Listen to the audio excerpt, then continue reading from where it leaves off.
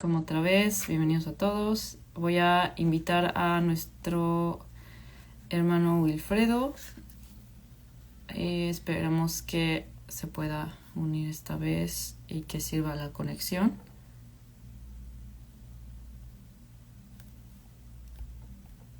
A ver, vamos a esperar a que todos se unan también. Ya tenemos aquí... Ok.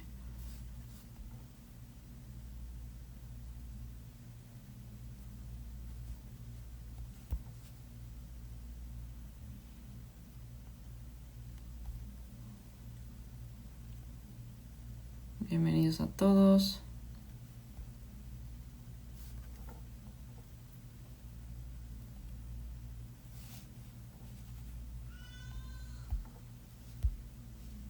Estamos esperando a que se una nuestro invitado especial del día de hoy, el licenciado Wilfredo Ruiz. Un momentito y bueno, seguimos esperando a que todos se vayan uniendo otra vez.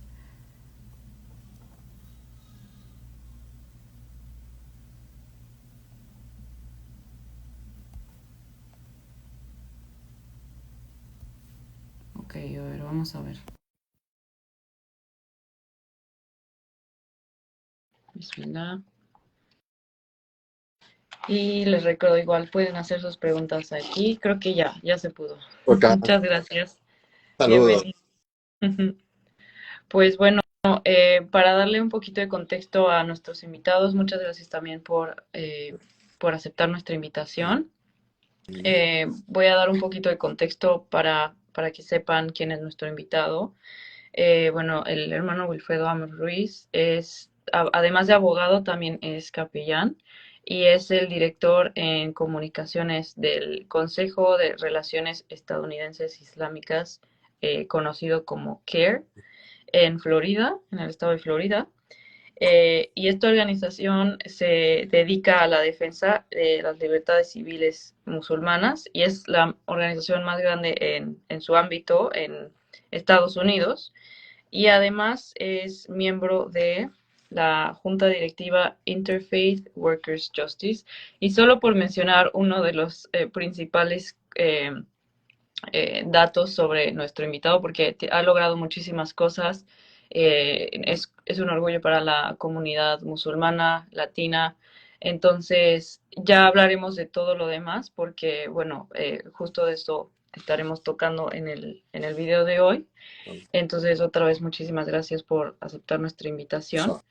Y bueno, si nos puede ir contando un poquito sobre su historia en el Islam, qué fue, cómo empezó pues todo esto. Pues mira, salamu alaikum, Jimena, gracias a ti, a Wa Islam, porque Islam, a la autora hermana Wendy Díaz, eh, la paz de Dios sea con nuestra audiencia, con nuestro amado profeta Mohammed y con todos los que le siguen y los musulmanes del mundo y con el mundo en general. Ah, Pues Jimena, ¿qué te cuento? Dios me ha bendecido con una oportunidad de estar trabajando en una organización que se dedica a proteger los derechos no exclusivamente de los musulmanes, sino los derechos de los ciudadanos que tenemos en poder eh, eh, practicar la fe que querramos y poder hacer expresiones libres de persecución por parte de agencias gubernamentales ni de interferencia gubernamental. O sea, en otras palabras, unos derechos que en el caso de los Estados Unidos están consagrados en la Constitución, que es el derecho a la libre expresión y el derecho a la libre práctica de fe que envuelve precisamente la no interferencia del gobierno en tu credo y en tu práctica de fe. Pues llevo 12 años en esta organización que, como te dije, lo que me ha dado es una oportunidad, primero, de servir a la comunidad y segundo, de conocer a una comunidad muy diversa, en el sentido de que por darte solo el ejemplo, en el estado de la Florida, en los Estados Unidos, hay musulmanes de más de 80 nacionalidades distintas. Y eso es solo en un estado. En la que te mueves por los Estados Unidos, lo que ves es una diversidad increíble del mundo musulmán, eh, expresándose y desarrollándose en una sociedad donde lo que estamos viendo es una formación en sus primeros años de una comunidad de musulmanes norteamericanos, que en realidad no son ni hispanos, ni son de asiáticos, esa nueva comunidad de lo que le dicen el American Muslim, que está compuesta por esa diversidad de musulmanes de alrededor del mundo. Una buena parte está compuesta por musulmanes norteamericanos, en su vasta mayoría musulmanes afroamericanos, que llevan practicando el Islam por más de medio siglo activamente y en comunidad y en número, pero que sabemos que la presencia de musulmanes en los Estados Unidos está desde los inicios de esta nación, porque fue construida con el sudor, la sangre y lágrimas de miles y miles de musulmanes que fueron obligados a servir como esclavos cuando se estaba desarrollando esta nación. Así que la presencia del Islam está desde de los islam y seguidores del Islam en esta nación de los Estados Unidos, está precisamente documentada como una presencia desde los inicios de la forjación de la nación norteamericana. Como tal, pues vivimos en una diversidad religiosa envidiable comparado con otros países del mundo, con una libertad religiosa que está consagrada en las leyes mayores de la nación, que es la Constitución. Pero las leyes y las protecciones que ofrece están tan vivas como la comunidad que quiera protegerse de ella, con ellas. Eh, con, ¿Qué hacemos? Parte de lo más que hacemos en nuestra organización, precisamente para combatir las olas de incesantes de islamofobia o crímenes de odio o crímenes que islamofobia literalmente quiere decir miedo al Islam, y en realidad se ha popularmente popularizado la palabra islamofobia, pero son actos antimusulmanes, en realidad lo que define los actos, porque islamofobia es miedo al Islam literalmente, y eso en realidad no es lo que estamos identificando como esa conducta antisocial que afecta a más a una comunidad de millones de musulmanes que residimos en los Estados Unidos, ¿verdad? Sí, así es. Creo que hay muchos puntos que destacar, sobre todo el que los musulmanes no son nuevos en este país y eso es uno de los mitos que se siguen creyendo y que le añaden como fuego a esta ola también de xenofobia, ¿no? El que no faltan los comentarios sobre que se regresen a su país, que ya saben, ¿no? Entonces, si supieran que la historia misma de Estados Unidos se fue construyendo junto con musulmanes, entonces empezaría a cambiar como esta versión o esta noción que tienen muchas personas. Y también otro punto que es importante es que, como usted lo mencionó, hay miembros de la comunidad que son de más de 80 nacionalidades. Entonces, también se comete el error de tratar de poner a toda esta comunidad o a toda esta diversidad de musulmanes en una sola caja. Entonces, eh, no va a ser lo mismo exactamente cómo vamos a categorizar a tanta diversidad en una sola caja y decirle que es que este es el musulmán que quiere radicalizar a Estados Unidos y que, digo, va generando todo este discurso de odio que cada vez cobra más y más, pues, víctimas de manera muy triste, pero que a la vez, gracias a las redes sociales, podemos ya empezar a compartir la verdad de las historias, de la versión, pero quisiera saber, para todos los que están aquí también, ¿qué fue lo que lo motivó a unirse a esta lucha ya de manera profesional, ¿no? Porque igual y yo en mi corazón digo como, pues obviamente que me duelen estos tipos de crímenes de odio, pero ¿qué fue lo que ya lo motivó a dar ese siguiente paso? Pues mira, yo de profesión soy abogado y capellán musulmán. Tuve oportunidad de servir en ambas profesiones y en distintos momentos. En la década de los 90 serví en la Marina estadounidense como oficial, pero era como abogado. Luego, en el 2003, luego de mi conversión al Islam, yo hice algunos estudios en la ciudad de Hartford, en Connecticut, en lo que se conoce hoy como el Hartford International University. Para aquel entonces era el Hartford Seminary, que tenía programas de capellanía y programas de maestría en Islam y relaciones cristiano-musulmanas. Pues como a mediados del 2004, 2005, como 3 años luego de mi conversión, 2, 3 años luego de mi conversión al Islam, me fui a educar y luego trabajé, comencé a trabajar como capellán musulmán, primero en una institución psiquiátrica del estado de Connecticut. Luego trabajé como capellán musulmán en Puerto Rico y en la ciudad de Miami, en Florida, en los centros de detención de inmigrantes. Eh, Desde que me inicié en los estudios contemporáneos del Islam y en la carrera de capellanía, ya tenía un espíritu de servir a la comunidad, un espíritu de aspirar a que aquellos que en el futuro quisieran conocer de nuestra fe no tuvieran esa sequía de información, esa sequía de recursos que lamentablemente personas como yo hemos tenido cuando eh, queríamos en nuestros inicios conocer de la fe.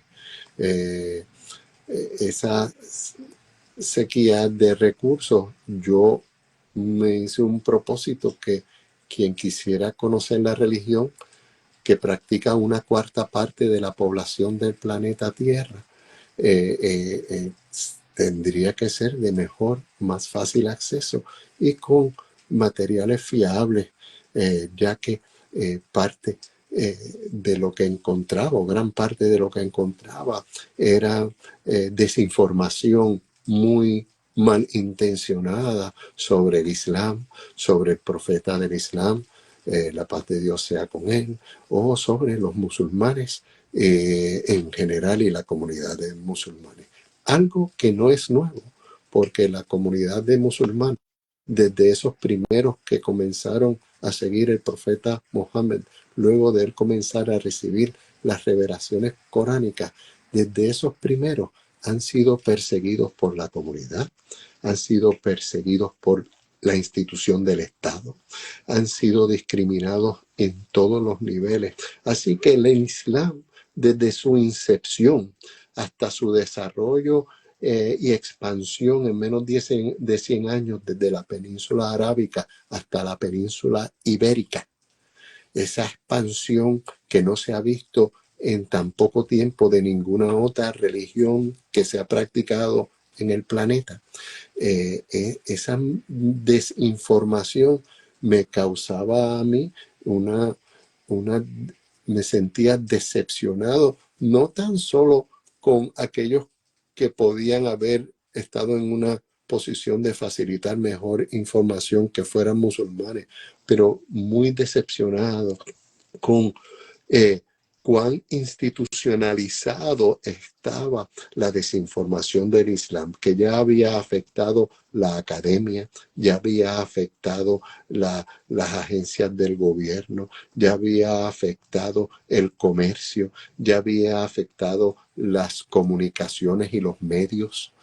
Y esa discrimen institucionalizado es lo que me movió a mí a moverme de más que hacerlo por algunos momentos, a dedicar mi vida profesional a garantizar los mismos derechos que querían aquellos primeros europeos que llegaron a esta tierra. Aquellos primeros europeos, muchos de ellos vinieron aquí buscando que nadie interfiriera en su manera de adorar a Dios. Esa protección a su libertad de culto los llevó a arriesgar su vida y a cruzar el océano Atlántico hasta llegar aquí a las Américas. Y ese primer deseo de esos fundadores de esa nación, en la medida que tú abandones esa búsqueda y protección de tus derechos, se desaparecen. Los derechos que no conoces es como si no los tuvieras. Así que si queremos en realidad hacer algo distinto, debemos comenzar por educarnos nosotros, educar nuestras familias, educar nuestras comunidades en cuáles son nuestros derechos. Porque, y repito, y eso lo he dicho y lo digo muy comúnmente en mis charlas, cuando precisamente estamos comunicándonos con la comunidad y adiestrándonos en sus derechos. Los derechos es como si cuando tú vas a un supermercado y tú tuvieras la cartera llena de dinero, pero los derechos están en los estantes. Lo que tú no tomes y lo eches en el carro de compra y pagues por ello, no es tuyo, aunque tú tengas la cartera llena de dinero. Pues los derechos son algo similar. En la medida que tú los desconozcas, nunca puedes pararte y defender los derechos que no conoces que tú tienes. Y la gente que sabe que tú desconoces tus derechos van a abusar de ti. Y las instituciones que sepan que tú desconoces tus derechos van a tratar de hacer las cosas a su manera sin importarles tu derecho a practicar tu religión. Y esa batalla en esta nación de los Estados Unidos es algo que es incesante, algo que nunca lo puedes abandonar. Los mormones, por ejemplo, terminaron en el estado de Utah, que antes era un estado deshabitado que nadie quería vivir porque eran perseguidos religiosamente. Y buscaron en Utah un lugar donde podrían prosperar y practicar libremente su fe. Y así por el estilo, esta nación está llena de ejemplos de gente que practica su religión hoy normalmente, pero desconoce, por ejemplo, que en Nueva York estaba prohibido hacer iglesias católicas. Y la gente hoy practica el catolicismo con esa libertad, como si a algunos católicos al principio no les hubiera dado trabajo ganarse esos derechos que hoy disfrutan.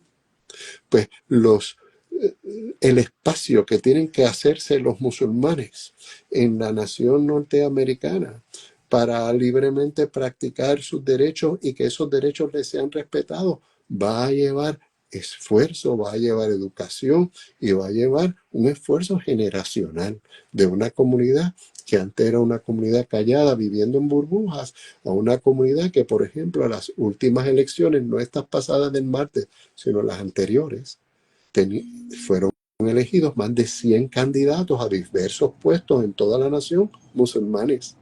Algo sin precedentes. Así que esa visibilidad en el ámbito político, esa visibilidad de los musulmanes en las comunicaciones, en el periodismo, en los salones de clase, pues ya trasciende la visibilidad tradicional que era de ver los musulmanes o en los comercios o como el doctor en los hospitales o en las clínicas, y quizás algún profesor de universidad. Pues ya los musulmanes están insertándose cada vez más y más en esta sociedad, pero como hacemos la diferencia no es en el número de musulmanes que estemos aquí porque a veces tenemos esta batalla de decir, somos 12 millones, somos 18 millones. Mira, pueden ser 12, 18, pueden ser 50 millones de musulmanes como hay 50 millones de hispanos en esta nación. Pero si son hispanos, o en este caso musulmanes, que no están dispuestos a educarse en sus derechos, a luchar por estar cívicamente activos, a preocuparse por lo que le pasa en la escuela a sus niños para que no sean perseguidos porque son musulmanes, o que no seamos ninguno de nosotros ni de nuestra comunidad perseguidos por criticar las políticas del Estado de Israel ante el genocidio de Gaza. Eso es muy importante porque es la realidad que está viviendo nuestra comunidad día a día. En lo que va de año, el Consejo de Relaciones Islámico-Americanas nacionalmente, no en el Estado, sino en toda la nación, ha recibido 5.000 quejas por discrimen. Muchísimas de ellas tienen que ver por discrimen antipalestino o discrimen porque has criticado las políticas del Estado de Israel, el discrimen porque has criticado políticas sionistas y empiezan a clasificarte como antisemita. Y eso ha causado que en este país, en apenas 6 meses del año, 6, 7 meses del año, hubiesen más de 5.000 llamadas a nuestras oficinas de padres. Esto envuelve desde niños que han sido discriminados en los grados primarios. Y, y, y te hablo de casos de discrimen de niños que han sido expulsados de escuelas por cuestiones que sus padres han puesto en las computadoras, ni tan siquiera por algo que ellos hayan hecho, por estar, Wow. porque tu padre, estos casos ridículos, es lo que hemos visto que sufre discrimen en nuestra comunidad profesional, perdiendo el empleo, porque han criticado las políticas de Israel y el genocidio en Gaza. Eh, Desde docenas, en el caso de Florida, docenas de doctores, solo por decirte una de las profesiones, doctores, con lo difícil que es reclutar un doctor. Imagínense en este estado siendo despedidos por docenas, porque o se han pronunciado a favor del pueblo palestino o han criticado al Estado de Israel y los despiden de sus empleos. Pues imagínate, doctores, maestros, abogados mismos de los bufetes de abogados despedidos porque han hecho alguna crítica al Estado de Israel o se han manifestado a favor del pueblo palestino. Pues como vemos que eso no cesa, pues todo lo que hacemos para combatir eso, que es la educación que estuve hablando en la primera parte, que es tan importante de nosotros mismos, nuestras comunidades y de terceros. La educación, el tener profesionales de derecho trabajando en argumentos legales cada vez que se le viole los derechos a algún ciudadano, tener esos recursos y eso. Y el llamado a la comunidad a estar cívicamente activos. Son los componentes que nosotros estamos viendo como una solución que, como el problema es tan grande e institucionalizado, no debemos esperanzarnos en que es una solución a corto plazo, porque estas son soluciones que, como dije, van a tener que llevar generaciones, pero porque lleve generaciones no quiere decir que las luchas y la educación y todas estas aspiraciones de crecer como comunidad no sean oportunas comenzar en su máxima expresión desde ya.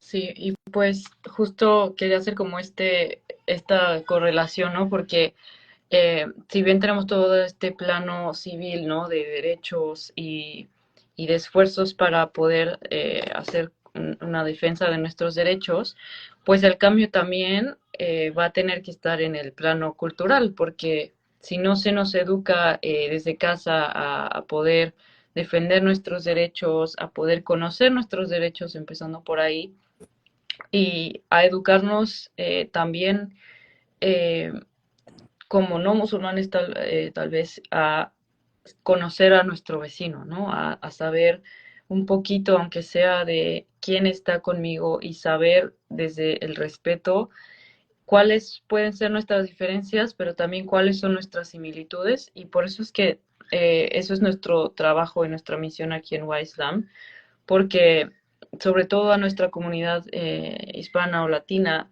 hay mucho de este, como decía, este como odio al Islam institucionalizado que viene desde, pues desde Andalucía, ¿no? Porque nosotros tenemos en nuestra historia, en nuestras raíces, el mismo Islam, pero ha sido tan institucionalizado este odio que queremos desconocer todo lo que pueda tener que ver con el Islam, se hace como este rechazo a 800 años de pasado islámico, que no fue en balde, ¿no? Hubo tanta ciencia y tanto desarrollo, pero quiere ser siempre rechazado, desconocido.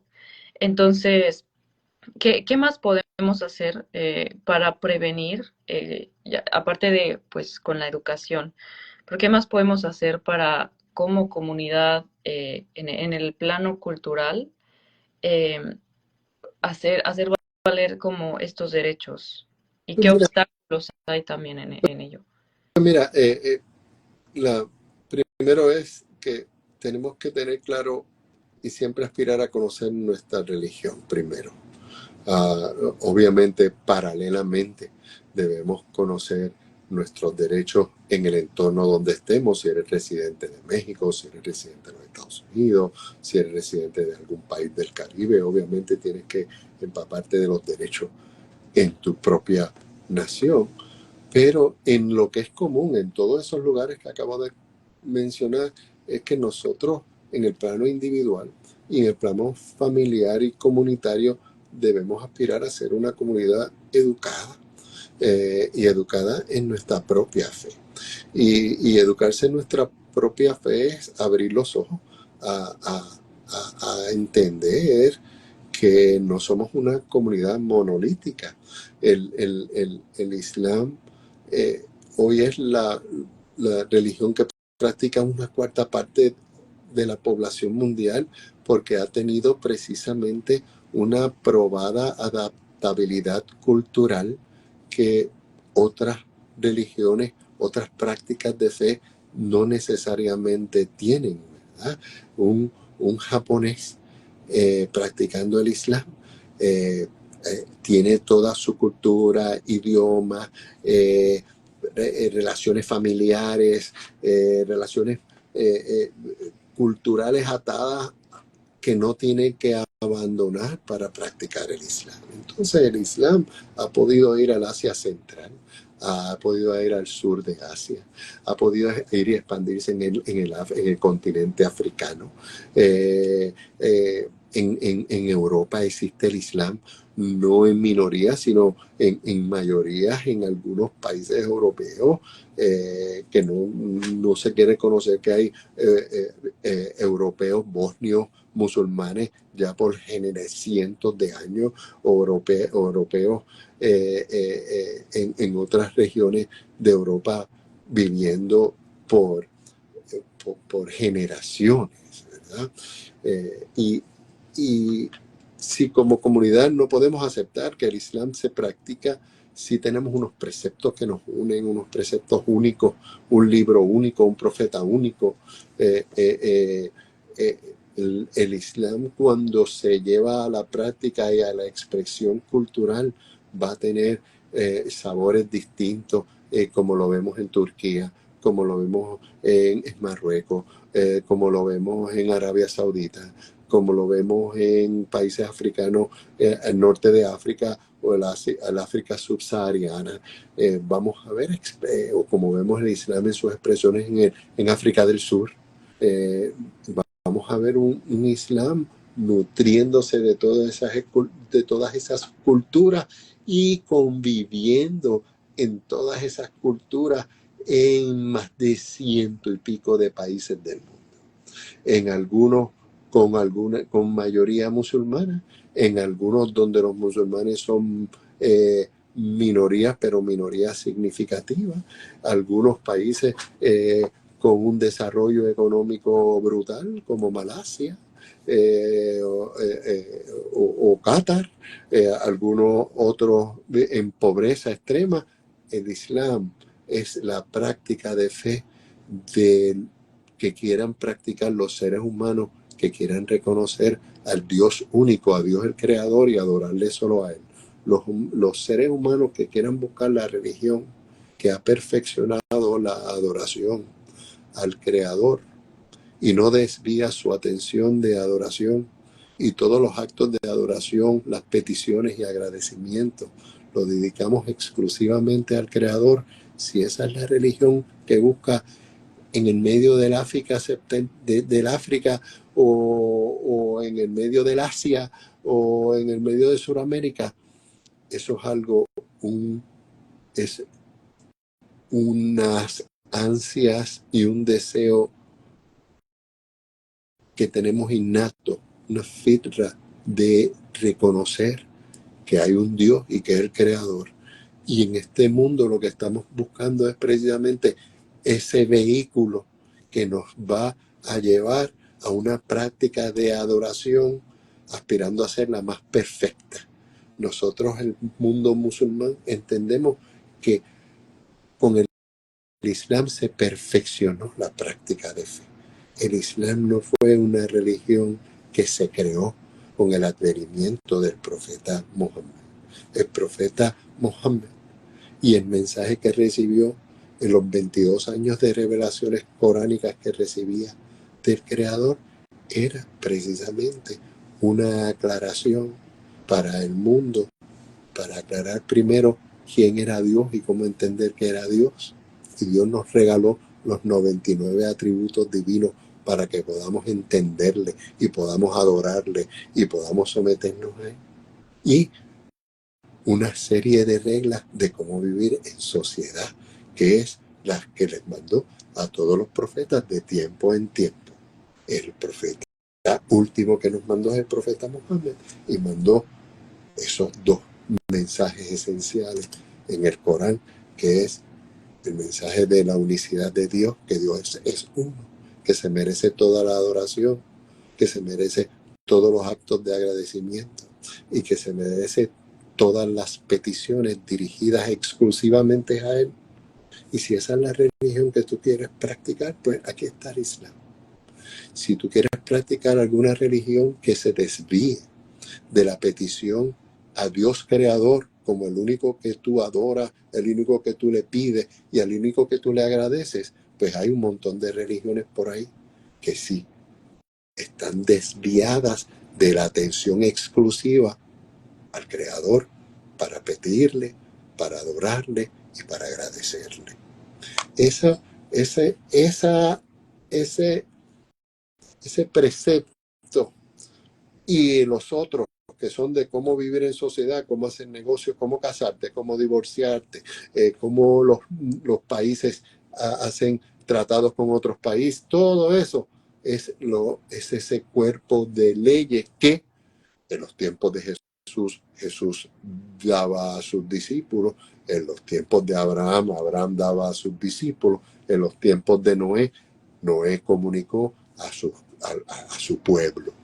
Esa recibir de esos paralelos, mensajes paralelos de Dios es uno, y así es que tú vas a vivir en sociedad.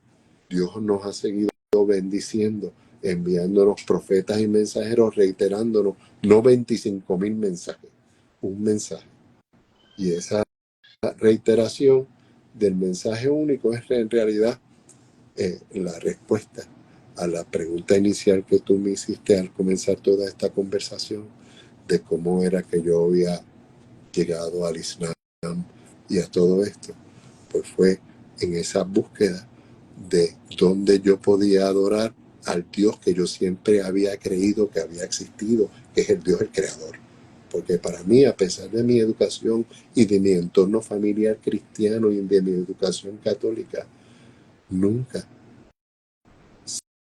sentí en el corazón que había algún Dios más que el creador. Pero no encontraba cuál era el vehículo donde aquellos que creen en adorar a solo Dios el Creador y punto, no lo encontraba. Y Dios me puso el vehículo en el camino, que es el Islam. Eh, lo demás, no queremos sonar como que una vez tú abrazas el Islam, aquí es un tormento practicar el Islam. No lo es, ¿verdad?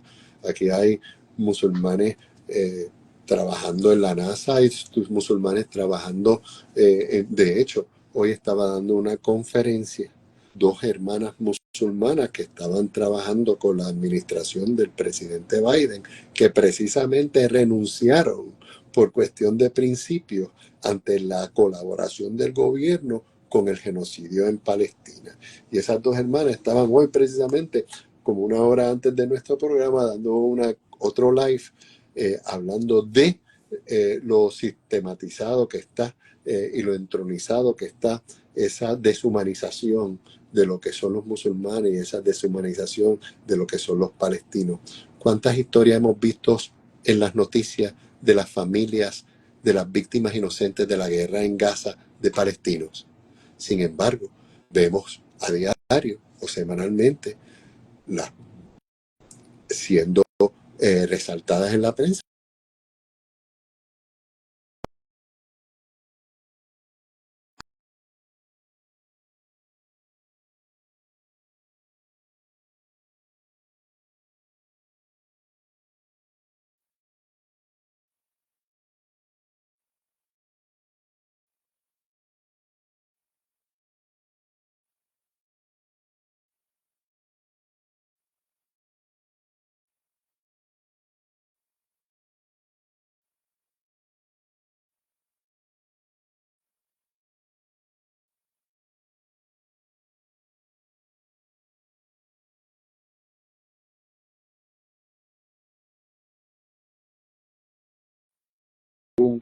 Alguna consecuencia que va a ser mala para convivir pacíficamente y conseguir trabajo y desarrollarte plenamente en los Estados Unidos.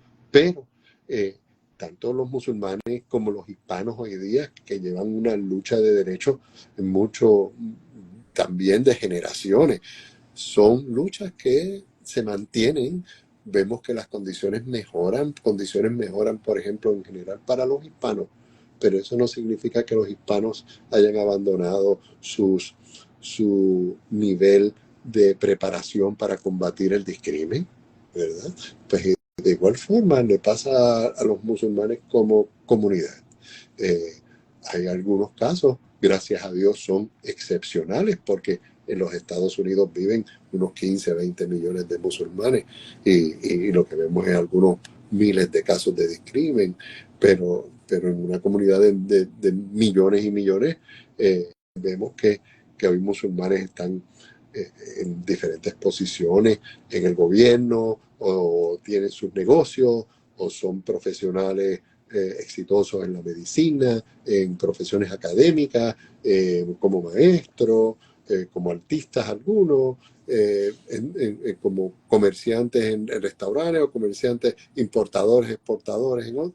Somos una comunidad diversa, una comunidad que comparado con las otras comunidades científicamente tenemos un poder adquisitivo mayor a otras comunidades, o un nivel de educación mayor al de otras comunidades.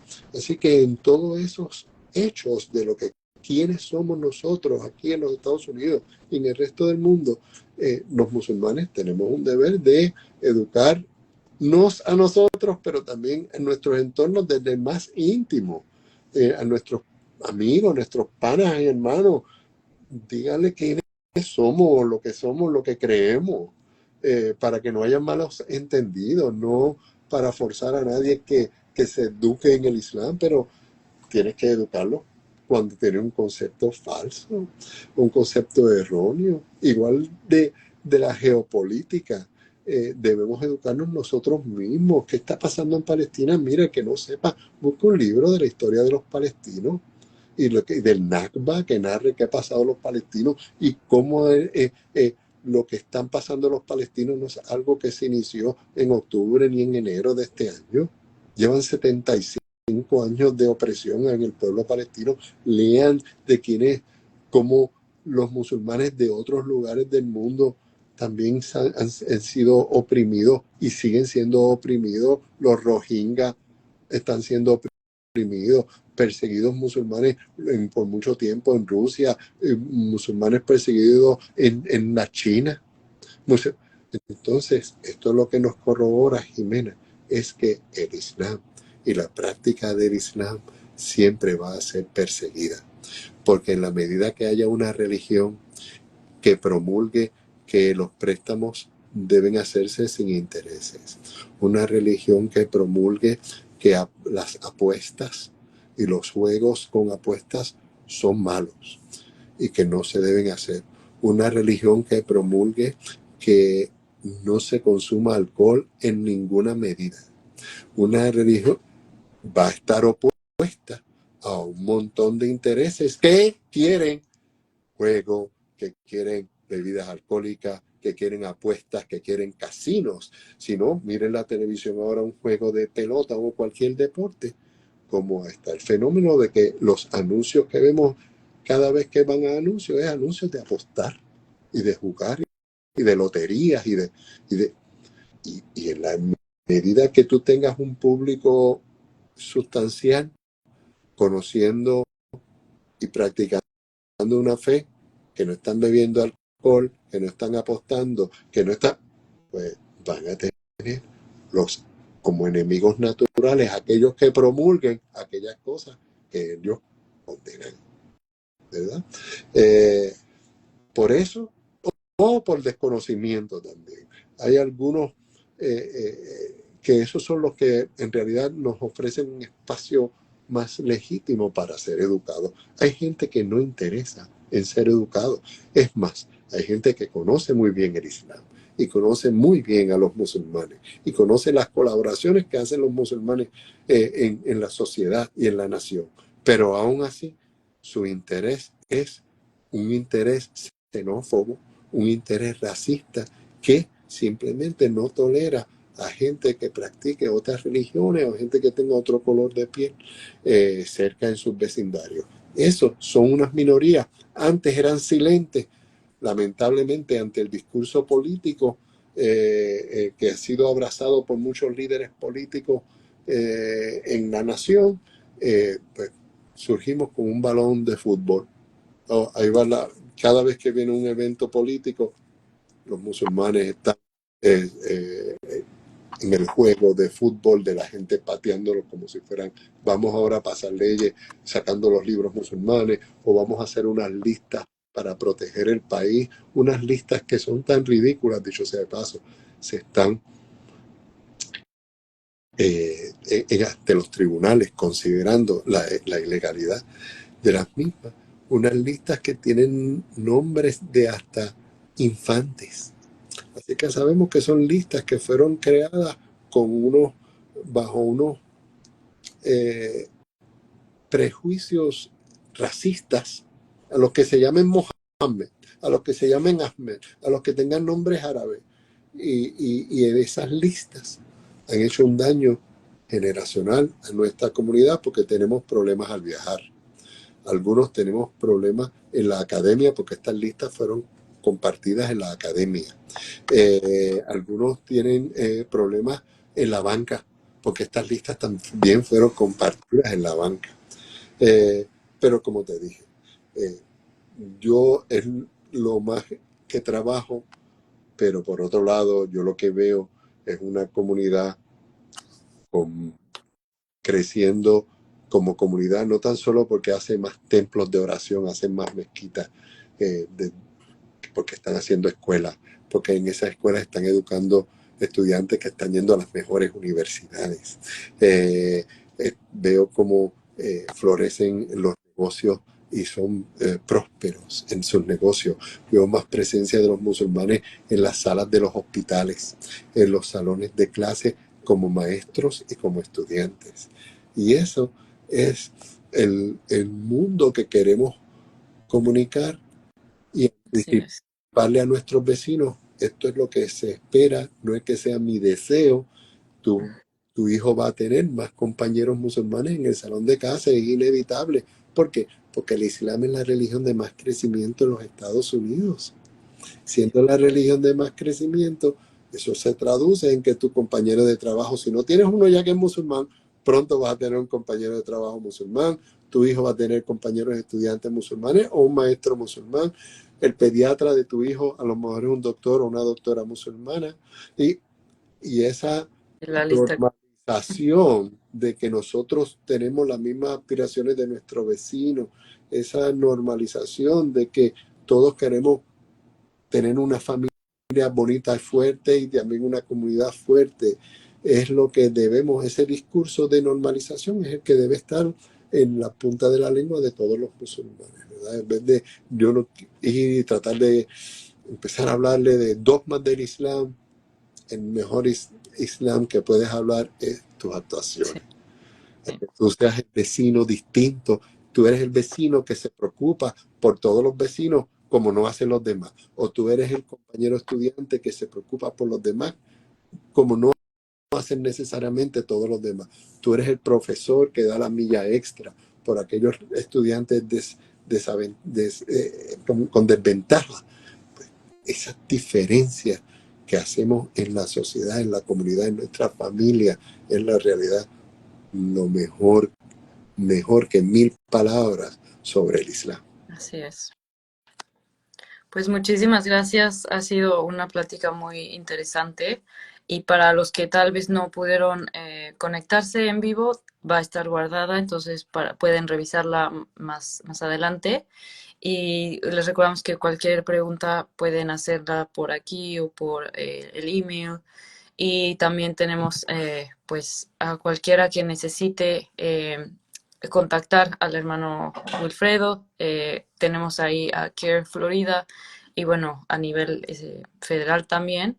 Pero muchísimas gracias por tanta información y por esta motivación a educarnos sobre nuestros derechos como miembro de cualquier comunidad religiosa. Entonces, ha sido un honor tenerlo. Muchísimas gracias. Esperamos tenerlo pronto nuevamente. Gracias, Jimena. Gracias por que Islam, a Igna, por sus proyectos magníficos en beneficio de nuestra sociedad y sirviendo a Dios. Hasta luego. Salam alaikum. Muchas gracias. Hasta luego. Assalamu alaikum.